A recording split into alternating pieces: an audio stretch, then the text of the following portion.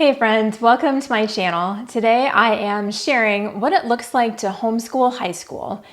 My son is a junior this year, so in addition to his regular subjects and all of the regular schoolwork that he is also focused on all things college related.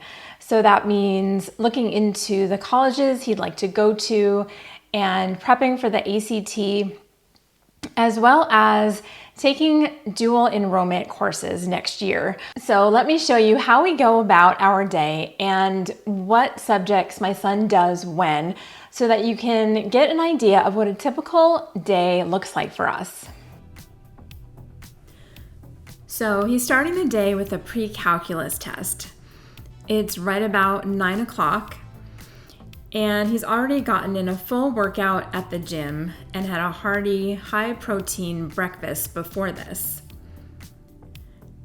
Today's exam is on double and half-angle identities for sine, cosine, and tangent, which is a concept that's a little harder for him than previous ones. So it takes him about 45 minutes to complete.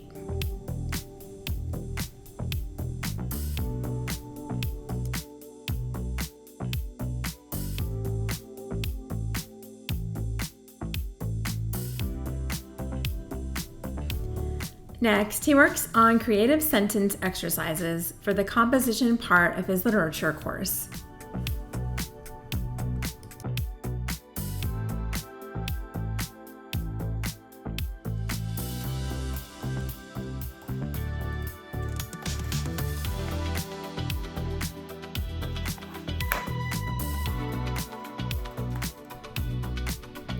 Now it's 10:20. And he's reading the first part of his world history chapter on the early Middle Ages. His book for this course, Streams of Civilization, gives an excellent biblical and balanced perspective on world history. I'll leave a link to the curriculum in the description, along with the other ones that he's using for his other subjects. Then he has 6 questions to answer on the reading, and a few locations to plot on a map. So in total, world history takes him roughly 30 minutes, and then he takes a short break.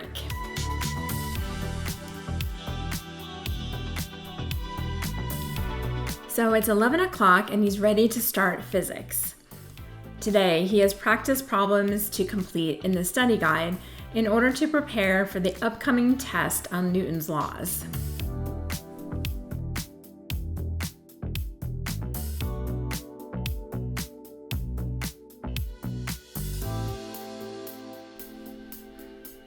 After half an hour, he moves on to his Introduction to Logic assignment, which is reading chapter 12. And that takes him about 20 minutes to complete. And then it's lunchtime.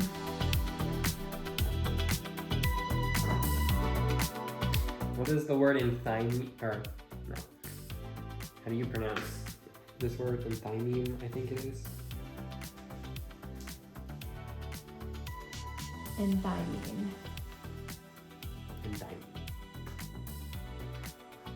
You could look it up. I'm not sure if that's the proper pronunciation.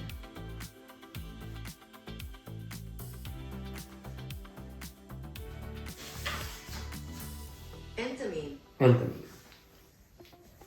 There you go. While he's been working on those assignments, I grade his pre-calculus test and check the answers to both his history questions and physics problems. If you're wondering how we use the iPad for assignment sharing, check out my video on tech tools in our homeschool, which will be in the description.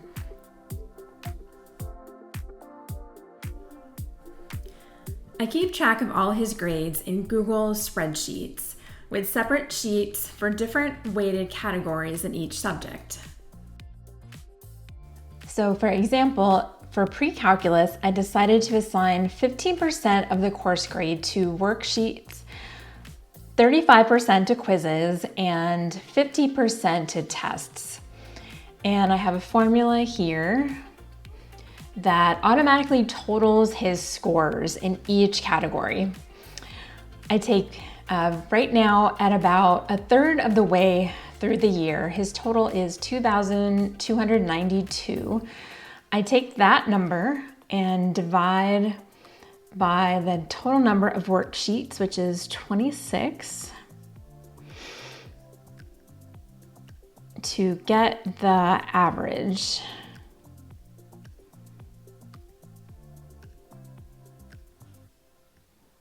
And that comes out to 88.15 or 88.2.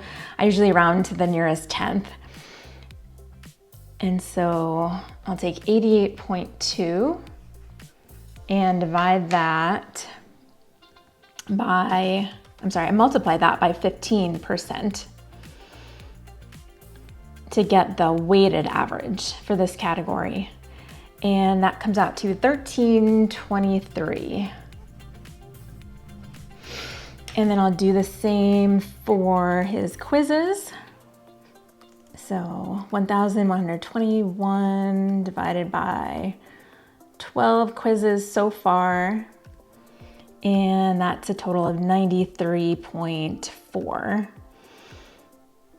Then 93.4 times 35% equals 32.9. And that's the weighted average for his quizzes. And finally, tests. He's only had one test so far. The unit test, he got a 94 on. So that's simple, 94. I don't have to divide by anything because he only had the one test. Multiplied times 50. And that is a total of 47. So I'm gonna add these weighted averages together. 47 for tests, 32.69 for quizzes, and 13.23 for the worksheets. And that equals a total of 92.92. And so rounded up, that would be a 93%. So if this was the end of the entire year, he would get a 93% for his course grade in pre-calculus. While I eat my lunch, he reads out loud for world literature, and we discuss the book that he's reading called The Aeneid of Virgil together. And then he also has a poem to read, which we also discuss. And so Aeneas prayed, clasping the altar. The prophetess began, born of the blood of gods and son of Troy's Anchises, easy, the way that leads into Avernus. Day and night the door of darkest dis is open. But to recall your steps, to rise again to the upper air, that is the labor, that is the task. So, did he keep his word, or did the prophecy come to pass? No, he is a big fat liar. More than one person died. Well, as often happens with the mythical gods, the promise does not come to pass as expected. Yeah. Neptune was strictly accurate. Only Palinurus died en route to Avernus. So he was very literal or technical. But that did not mean, as you would expect, the safety of the other Trojans. It's called I Take MasterCard, charge your love to me. Sorry. I've heard all the stories about how you don't deserve me, because I'm so strong and beautiful and wonderful, and you could never live up to what you know I should have, but I just want to let you know. I take MasterCard, you can love me as much as your heart can stand. I take MasterCard to see your visa and I deal with a discovery, but I don't want any American Express, because like the Pointer Sisters say, I need a slow hand. That doesn't even make any sense. With all of his schoolwork done, he now studies for the ACT exam. He's taken the test in December just in case. If he doesn't get the score that he wants, He still has plenty of time to retake it and have scores sent to the college that he wants to take dual enrollment courses at.